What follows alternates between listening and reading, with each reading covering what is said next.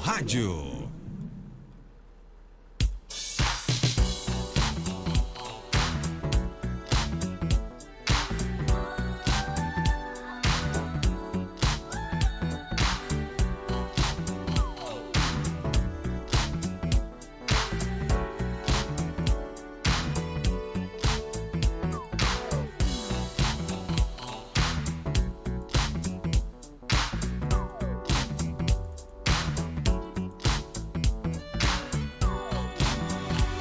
Quadro Check-up no rádio, nesta manhã de quarta-feira, hoje recebendo aqui o médico endocrinologista Dr. Alcebiades Neto. Seja bem-vindo aqui ao nosso Panorama 90, Dr. Alcebiades. Bom dia. Bom dia, Marcos. Bom dia, Geraldo. Bom dia a todos os ouvintes. É um prazer estar aqui mais uma quarta-feira. E hoje um tema que certamente vai chamar muita atenção, que é a diabetes gestacional. O que é diabetes gestacional? Então, é uma condição, né, que afeta a mulher na gestação, né, e que traz enormes consequências tanto para a mãe, né, quanto para a criança, né, para o bebê, né, que está em formação. Obviamente também a gente tem a condição que a mulher ela não sabia que tinha diabetes, né, e durante a gestação descobre, né. Então tem tanto essa condição quanto a condição que ela descobre na gestação e só tem na gestação, né, que aí é o diabetes gestacional clássico. Isso, tanto que ela não sabia, como ela descobrindo na gestação, isso traz consequências muito graves, né, tanto para a mãe quanto para o bebê, se de fato ela não for diagnosticada e feito o tratamento correto na gestação. Agora, quais são os primeiros sinais realmente da diabetes gestacional? O grande problema do diabetes gestacional é que ele é de certa forma um pouco parecido, né, com o diabetes tipo 2, né? Ele é silencioso, assintomático e não existe um sintoma clássico assim que a gente faz desconfiar de diabetes gestacional. Porém, durante o decorrer da gestação, a mãe, né, durante a realização das ultrassons, pode perceber, por exemplo, um feto, né, um bebê, que tem um diâmetro da barriga maior do que o normal, ou um bebê que está mais pesado do que o normal, ou até mesmo o tamanho do bebê, né, maior do que o ideal, né, do que é esperado. Isso já são sinais que podem induzir, né, ou sugerir um diabetes gestacional. Como a gente não vai esperar isso acontecer, né? Ou seja, como isso já é uma consequência do diabetes, uma parte das vezes, a gente então orienta as gestantes a realizar rastreios durante a gestação. E daí vem aquela importância, né, de se realizar aqueles exames laboratoriais, aqueles exames de sangue que a mulher gestante faz, né? Que é logo na primeira fase da gestação, na segunda e na terceira fase, né? Do ponto de vista médico, a gestação é dividida em 3 fases, né? Que é a primeira, a segunda e a terceira, de acordo com de 3 em 3 meses a gente vai dividindo a gestação, né? Nessa primeira fase, geralmente a mulher faz aquela glicose de jejum que se coleta no sangue, né? E aí essa glicose de jejum acima de 92, né, já indica um diabetes gestacional. Caso essa gestante realize nessa fase da gestação, ou seja, na primeira fase, e venha normal, ela vai ter que ser submetida durante a segunda fase da gestação, ou seja, quando tiver lá por volta de 22 a 24, 26 semanas, ela vai precisar fazer o famoso teste da garapa, né? Que é aquele teste em que ela toma uma garapa bem doce, e aí a gente vai ver se ela vai alterar os exames de sangue, e aí se for alterado, ela também é diagnosticada com diabetes gestacional.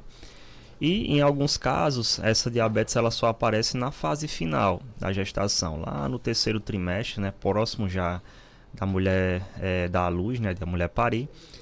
E aí também, né, a gente faz uma glicose de jejum, né, nessa fase, para então a gente dar o diagnóstico de diabetes gestacional ou fazer o rastreio. Lembrando que tem alguns exames que classicamente nós utilizamos em pessoas que não estão gestantes, que é aquela hemoglobina glicada, que é aquele exame de 3 meses.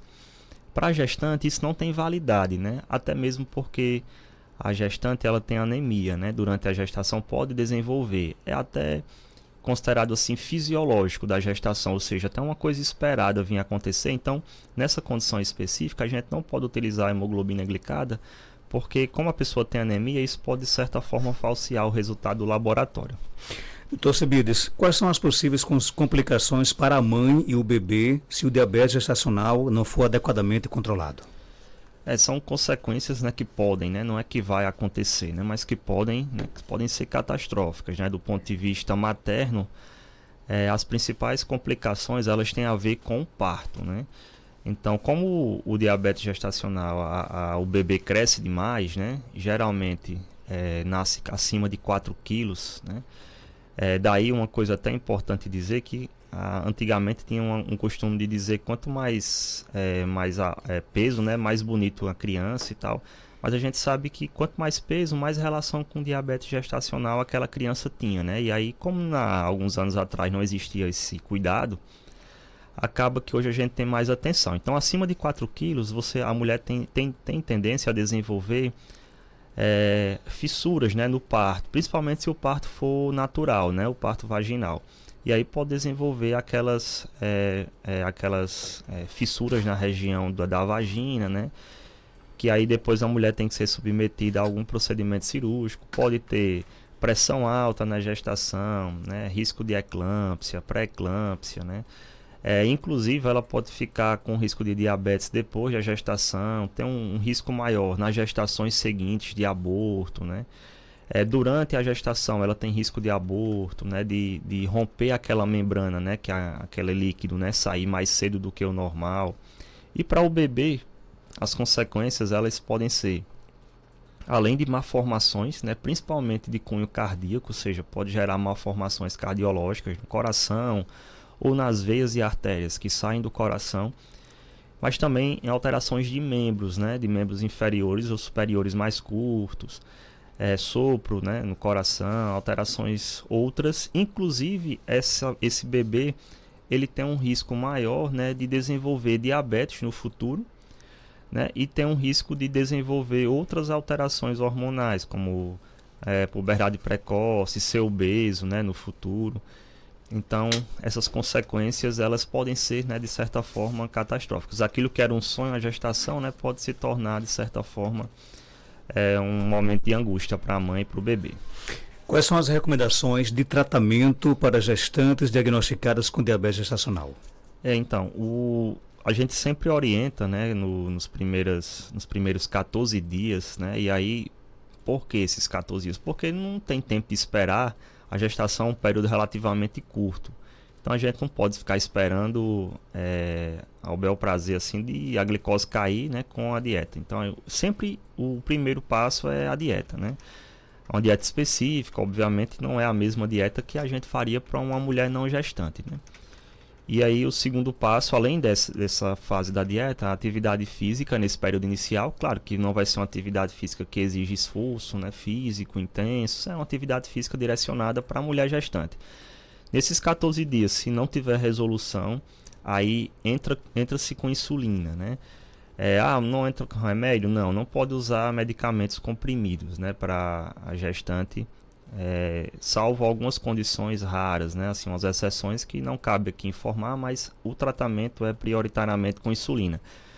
E aí a gente tem as insulinas que o próprio SUS oferta, né, que é a insulina NPH irregular, mas hoje existem outros tipos de insulina mais modernas e que tem também uma validade científica, uma segurança na gestação, tanto para a mãe quanto para o bebê. E o particular dessas insulinas é que a gente vai colocar de acordo com os horários que está se elevando mais, né? Não é se for um horário X, por exemplo, se for no almoço, colocar uma só no almoço, se for no jantar, só no jantar.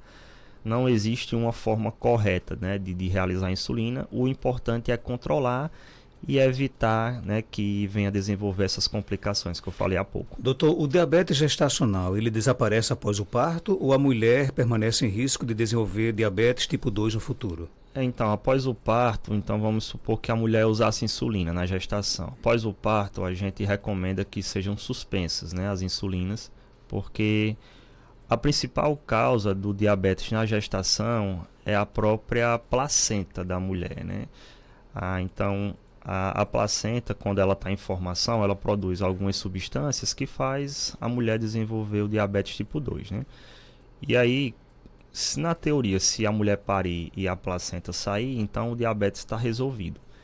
Porém, a gente sabe que nem toda mulher, né, uma pequena parte, cerca de 10% das mulheres, desenvolve diabetes gestacional. Então, alguma pequena parte dessas mulheres pode, de fato, persistir com essa alteração de açúcar, né, por resto da vida, né? E algumas, né, podem resolver, né, e não necessitar de medicamento. Porém, essas que resolveram, que não necessitam de medicamento, no futuro elas têm um risco maior de desenvolver diabetes gestacional do que uma mulher que nunca teve, né?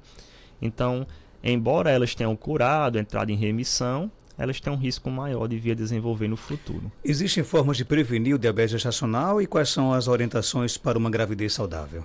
Então, prevenir assim é aquilo que a gente sempre fala aqui, né? No Instituto Penedo, a gente levanta a bandeira, assim como outros profissionais, dá um estilo de vida saudável, né? Alimentação saudável. Começa por aí?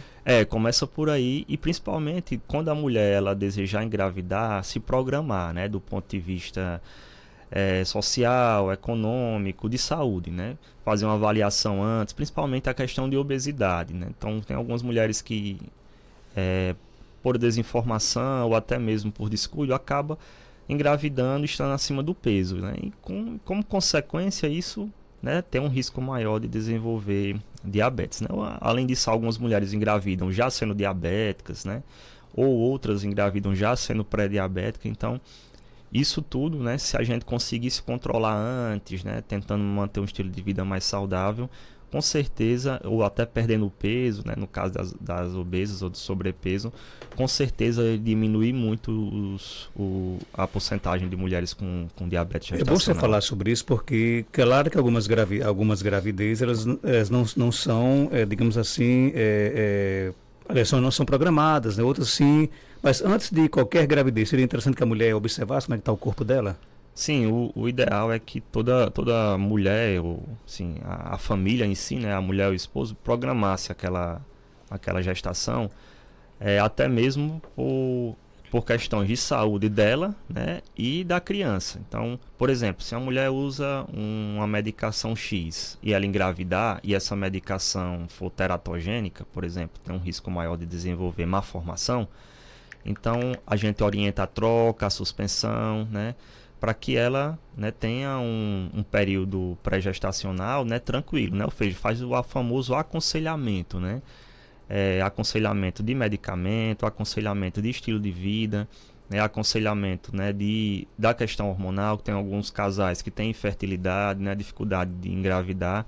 E aí, em situações específicas, se utilizam alguns medicamentos para melhorar, né, a chance de engravidar e de manter uma gestação segura, principalmente na primeira fase da gestação, né? Qual é a importância do acompanhamento médico para ajudar a controlar a diabetes gestacional? Assim como um nutricionista ou educador físico, é um papel crucial, né, na mulher.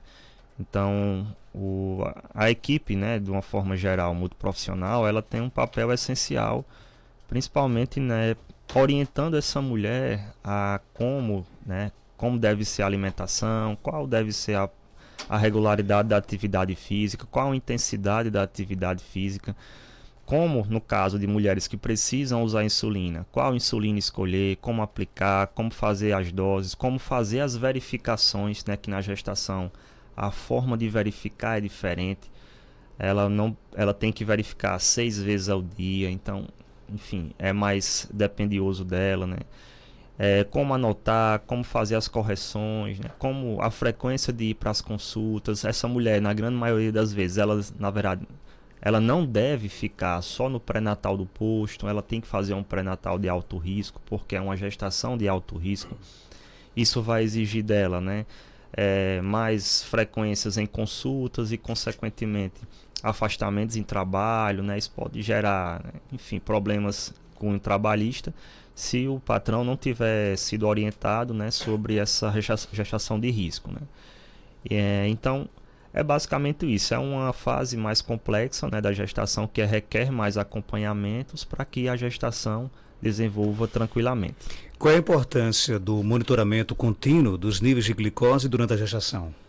Eu diria que é crucial, assim como o acompanhamento muito profissional, né? A mulher que entende a real necessidade de fazer esses controles, né, glicêmicos, ela com certeza vai ter uma gestação muito mais tranquila do que uma mulher que não faz essa verificação constante, né? Então as verificações, como eu falei, são 6 vezes ao dia. E não é aquele clássico 2 horas pós-refeição. Geralmente a gente utiliza na gestação com 1 hora. Então seria nos jejuns, né? Antes do café, do almoço e jantar, e 1 hora após cada refeição. E aí existem metas diferentes, né? Na mulher não gestante é uma meta de glicose, né? De açúcar no sangue. Nas mulheres gestantes já são outras metas.